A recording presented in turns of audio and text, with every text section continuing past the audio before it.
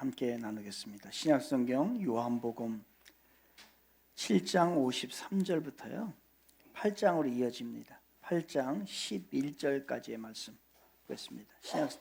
신약성경 요한복음입니다. 요한복음 7장 53절부터 8장 11절까지의 말씀인데요. 성경 펴놓으시고요. 제가 본문을 이해가 가장 중요하거든요.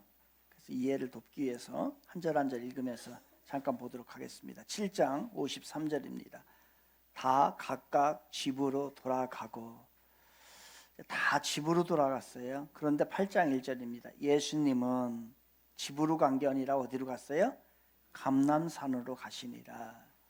그리고 그 다음 날 아침에 다시 성전으로 들어오시니 백성이 다 나아오는지라. 앉으사 그들을 가르치시더니 서기관들과 바리새인들이 음행 중에 잡혀 여자를 끌고 와서 가운데 세우고, 그러니까 예수님은 그 전날에도 성전에서 사람들을 하나님의 말씀을 가르쳤고 그 다음 날 다시 아침에 또 말씀을 가르쳤어요. 그렇게 가르치고 있는데 서기관들과 바리새인들이 음행 중에 잡힌 여자를 하나 끌고 왔어요. 또 이상하죠? 간음죄는 혼자 짓는 게 아니죠. 그죠? 같이 지어야 되는데 여자는만 끌고 왔어요. 남자는 안 끌고 오고. 그러니까 이 목적이 그 간음한 여자를 정죄하려고 하는 것보다 배후에 다른 목적이 있다는 것을 알게 됐죠. 그것은 목적은 뭐냐면 예수님을 고발하려고, 그러니까 예수님을 잡아 넣으려고 하는데 더 목적이 있는 거예요. 그러한 모습으로 이제 본문이 한 여자를 끌고 옵니다. 4절, 예수께서 말하되 선생이여, 이 여자가 간음하다가 현장에서 잡혔나이다. 모세는 율법에 이러한 여자를 돌로 치라 명하였거니와 선생은 어떻게 말하겠나이까? 그러니까 사실 그 당시에 돌로 치는 것은요, 배경을 보게 되면 돌로 치는 것은 아무나 돌로 칠 수 없어요. 간음했다고 해서. 왜냐면 어떤 사람이냐면 약혼한 경우에만 가능해요. 그러니까 결혼을 전제로 한 사람이 간음을 하면 돌로 치는 건데, 이 여자는 약혼을 했는지 그 상황이 아니에요. 그런데 돌로 치라고 하는 거니까 무언가가 이들이 지금 문제가 있고 억지로 막 끼워넣는 지금 그러한 상황이 되고 있는 거예요. 6절, 그들이 이렇게 말하면 고발할 조건을 얻고자 하여. 여기에 목적이 있었어요. 다른 데 목적이 있는 게 예수를 시험함이러라. 영어로 보니까 트랩은 뭐냐면 덫이에요. 그러니까 예수님을 시험하려고 한 건 뭐냐면 덫에다 집어넣으려고 이 모든 것을 다 지금 조작을 하고 있는 거예요. 예수께서 몸을 굽히사 손가락으로 땅에 쓰시니, 뭔가 이제 집중하는 모습을 이야기하는 거겠지. 습관적으로 뭘 썼을지는 그렇게 중요하지는 않습니다. 7절, 그들이 묻기를 마지 아니하는지라. 이에 일어나 이르시되 너희 중에 죄 없는 자는 자가 먼저 돌로 치라 하시고. 그러니까 죄 없는 자, 여기서 말하는 죄는요, 간음죄만 얘기하는 게 아니에요. 모든 포괄적인 모든 죄, 그 죄가 없는 자는 돌로 치란 얘기예요. 8절입니다. 다시 몸을 굽혀 손가락을 땅에 쓰시니 그들이 이 말씀을 듣고 양심의 가책을 느껴요. 어른으로 시작하여 젊은이까지, 그러니까 다 죄가 있는 거예요. 하나씩 나가고 오직 예수와 그 가운데 섰는 여자만 남았더라. 예수께서 일어나사 여자 외에 아무도 없는 것을 보시고 이르시되 여자여, 너를 고발하던 그들이 어디 있느냐? 너를 정죄한 자가 없느냐? 대답하되 주여 없나이다. 예수께서 이르시되 나도 너를 정죄하지 아니하노니 가서 다시는 죄를 범하지 말라 하시니라. 아멘. 이 말씀이에요. 오늘 이제 이 말씀인데요, 이 말씀을 가지고 갑산이 아니라 갑질입니다. 같이 시작. 갑산이 아니에요. 갑산 게 아니고 값진 거예요. 이 이야기를 오늘 본문을 통해서 여러분과 함께 나누려고 합니다. 우리가 흔히 이런 말을 많이 하지요. 자리가 사람을 만든다 라는 얘기를 합니다. 그 자리에 앉혀놓으면 그 자리에 걸맞는 일을 잘 할 거다라는 생각을 하게 되는 거죠. 여러분은 어떻게 생각하십니까? 자리가 사람을 만든다라고 하는 말에 동의를 하십니까? 아니면은 이의를 제기할 수 있습니까? 누구든지 그 자리에 앉혀놓으면 그 일을 잘 감당할 수 있을까요? 자리가 사람을 만드는 경우가 우리는 가끔 보지요. 우리 직장 생활을 하고 또 이 일을 하다 보면은 전임자가 너무나 잘했어요. 그래서 후임자가 걱정이 됩니다. 정말 잘할 수 있을까? 전임자가 너무너무 잘했는데 전임자와 비교를 해보니까 내가 감이 안 돼. 저 사람은 후임자가 그 감이 안 돼. 라고 하는 생각을 하게 됩니다. 어떻게 잘할 수 있을까 걱정이 들 때가 많이 있죠. 그런 걱정으로 우리가 염려를 하게 되는데 의외로 생각보다 그 일을 잘 감당하는 경우를 우리는 우리들의 일터에서 보게 됩니다. 이런 경우를 우리는 이제 자리가 사람을 만든다라고 합니다. 그런데 사실 이런 경우는 일반적이지 않아요. 이러한 경우는 예외적입니다. 어떤 분이 이러한 경우를 통계를 내봤더라고요. 통계를 냈더니 20%가 가능하다는 거예요. 20%는 자리가 사람을 만드는데 80%는 그렇지 않다라고 얘기를 합니다. 무한 경쟁 시대입니다. 무한 경쟁 시대가 가속화되면 될수록 자리가 사람을 만든다라고 하는 것은 희박한 일입니다. 자리에 맞는 준비가 되어 있지 않으면 그 자리에 앉혀놔도 중압감으로 견디지를 못합니다. 쉬운 일이 아닙니다.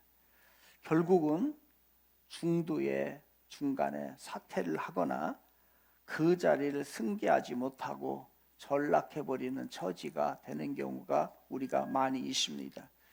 그러기에 어느 면으로 보나 이제 우리는 자리가 사람을 만든다라는 말보다는 오히려 자리를 빛내는 사람이 되기 위해서는 부단한 자기 준비를 잘 해야 한다라고 하는 말이 맞을 겁니다.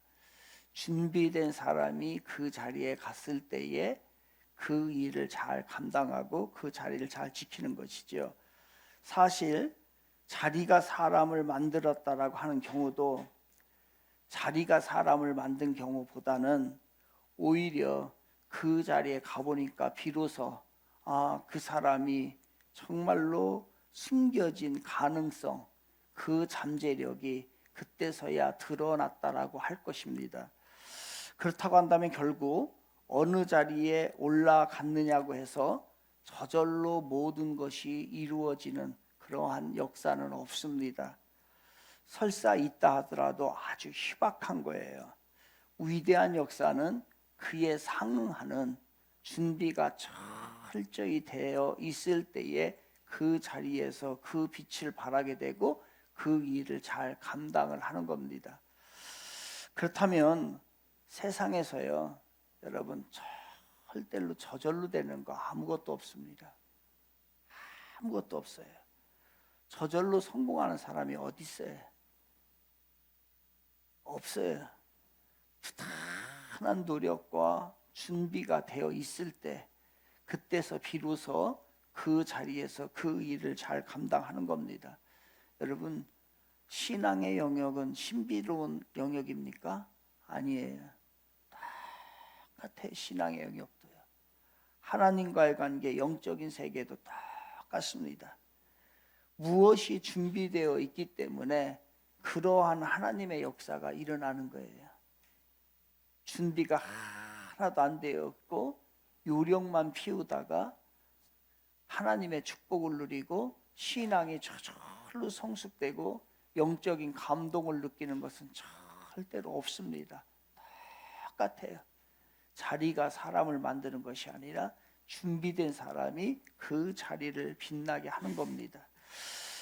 오늘 7장에서 예수님은 이제 명절이라고 하는 것을 7장 전반부 중간부에 보게 되면 이제 명절이 나오게 됩니다. 이제 명절이 끝났어요. 그리고 이제 성전에서 이제 하나님의 말씀을 가르칩니다. 그리고 그 다음 날 아침에 또 성전에 올라가서 자리에 앉으셔서 사람들을 가르치는 그때입니다.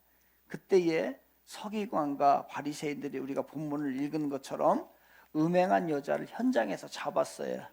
잡아서 예수님 앞에 데려옵니다. 그리고 예수님 앞에 세웁니다. 간음한 여인을 세우고 예수님께 묻는 거예요. 모세의 율법으로는 이런 여자를 돌로 치라고 했는데 예수님, 선생님 어떻게 해야 할까요? 라고 묻는 겁니다. 그때에 그들의 저의가 6절에 잘 나오죠. 6절을 제가 다시 읽어드릴게요. 그들이 이렇게 말하면 고발할 조건을 얻고자 하여 예수를 어떻게 하여 시험하려 한다고 했어요. 시험이 뭐라고 했습니까? 트랩이라고 했어요. 트랩은 뭐냐면 바로 덫이에요. 어떤 유혹에 빠지려고 했던 그러한 모습입니다. 그들은 여인이 상관없어요. 여인이 어떤 잘잘못을 이야기하려고 하는 게 아니라 그 여인을 통하여서 예수님을 곤경에 시험에 어떤 덫에 빠뜨리려고 하는, 그러니까 예수님을 잡으려고 하는 것이 목적이었어요. 이들이. 그래서 예수님을 고발하는 근거는 그들이 그 근거를 찾기 위해서 질문을 하는 겁니다. 그러면 예수님이 만약에 그 여인을 돌로 치라라고 하면 그들은 뭐라고 얘기할까요? 돌로 치라고 하면 분명히 그들은 이렇게 대답할 거예요. 아, 예수님은 사랑이 없구나 라고 대답할 거예요. 그거를 노린 거예요. 그리고 예수님을, 그러면은 예수님께서 그 여인을, 현행범으로 잡힌 그 여인을 용서해 주어라 라고 한다고 하면은 뭐라고 얘기를 하겠어요? 아, 예수님이 법을 어기는구나, 공의를, 정의를 무시하는구나 라고 대답할 거예요. 바로 이것을 이 사람들이 노리고서 그 여인을 데리고 왔던 것입니다. 그러니까 예수님이 오늘 본문에서 이제 어떤 어려움의 난관에 봉착을 하게 됩니다. 그래서 예수님이 지금 사랑과 공의 사이의 딜레마예요. 여러분, 이거를 전체적으로 성경에서 제대로 이해하기가 어려워요. 그리고 이 사이에서 우리가 어떻게 무엇을 이루어 가느냐, 어떻게 해 나가느냐는 굉장히 어려운 일입니다. 그것을 서기관들과 바리새인들이 알고 있었어요. 그래서 예수님을 공의와 사랑 사이의 딜레마에다 집어넣은 거예요. 그러니까 예수님은 지금 어떤 상황이냐면 바로 이러지도 저러지도 못하는 진퇴양난의 상황이 된 거예요. 함정에 빠지게 된 겁니다. 이와 같이 이런 것을 위하여서 지금 서기관들이, 바리새인들이 바로 예수님을 함정에 넣고 있는 겁니다. 뭐가 필요할까요? 여러분, 우리들도 사랑이냐 공의냐 라고 하는 이러한 갈등 관계에 있을 때에 우리가 서 있을 수 있습니다. 그러할 때에 우리들에게 필요한 게 뭘까? 그 이야기를 오늘 멋지게 예수님이 이제 이 역공을 하는 거예요. 그들의 그 집어넣으려고 하는 유혹, 그 시험을 하려고 하는 그때에 예수님께서 그들에게 역공을 펼치는 시간이 됐어요, 이제. 그래서 예수님이 한마디로 그들을 제압합니다. 너희 중에 누구든지 죄가 없으면 돌로 던져. 죄가 없는 사람은 돌로 던져도 돼 라고 합니다. 그때에 우리가 예수님을 덫에다 집어넣구나 라고 생각하면서 너무 좋아하고 있던 그때에 누구든지 너희 중에 죄가 없는 사람은 돌로 쳐라고 할 때 그 순간에 거기에 있는 모든 사람들, 서기관과 바리새인을 비롯해서 모든 사람들이 얼음이 되어버렸어요. 예상치 못한 답변이 나온 거예요. 이게 예수님의 역공이에요. 다른 얘기로 하면요, 예수님의 위대한 지혜입니다. 바로 양심의 가책을 받았어요, 그들이. 그리고서 그 당시에 거기에 있었던 사람들이 하나씩 슬금슬금 자기네들이 물러가게 됩니다. 예수님의 통쾌한 한판승을 우리가 보게 돼요. 그렇다면 여기에서 예수님의 지혜가 나와요. 우리 크리스찬들의 지혜가 필요한 거예요. 예수님의 지혜는 뭘까? 우리들이 삶에 있어서 공의와 사랑 가운데에 그 딜레마에 빠져 있을 때에 우리가 가져야 될 지혜는 뭘까? 이걸 갖기가 쉽지 않아요. 왜냐하면 우리들은 너무너무나 익숙해요. 뭐에 익숙해냐면요, 양자택일, 둘 중에 하나를 택하는 거에 너무너무 익숙하고 그러한 세상이 됐어요. 그리고 흑백 논리, 흑이 아니면 백이에요. 이러한 논리와 이러한 모순 가운데에 있는 우리들에게, 그 당시의 사람들에게 예수님께서는 이것이냐 저것이냐 흑백 논리를 이야기하지 않아요. 아니, 흑백 논리가 잘못됐다는 게 아니라 흑백 논리를 뛰어넘는 다른 지혜, 제3의 지혜를 예수님께서 우리들에게 보여주고 있는 겁니다. 흑이 아니면 모든 것을 우리는 백으로 봐요, 그죠? 백이 아니면 모든 것은 흑이에요. 그런데 예수님께서의 지혜는요, 흑백 논리가 아니라 제3의 지혜, 그것을 뛰어넘는 제3의 지혜를 선택합니다. 사랑을 택하여 공의를 버리는 거 아니에요. 공의를 택하여 사랑을 약화시키는 것 예수님의 지혜가 아닙니다. 놀라운 거는 사랑과 공의 두 개를 다 선택한다는 거예요. 그러면서 해결점을 갖는 것이 예수님의 지혜인 것입니다. 이 세상은 양자택일을 강요합니다. 특히 요즘 사회는 양자택일을 심하게 고집하는 세상이에요. 하지만 예수님의 지혜를 따르는 우리들은 이 세상을 보는 가치관이, 그리고 우리들이 살아가는 이 세상의 삶 가운데에 양자택일을 뛰어넘을 수 있어야 돼요.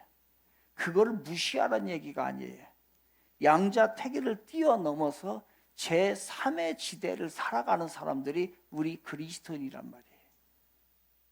이 지혜가 있음을, 우리는 흑과 백 아니면 아무것도 선택할 것이 없고 양자 중에 하나만 택해야 된다라고 하는 사고를 가지고 있는 우리들에게 오늘 본문은 제3의 지대를 살아가는 사람들의 이야기를 우리들에게 보여주고 있는 거예요.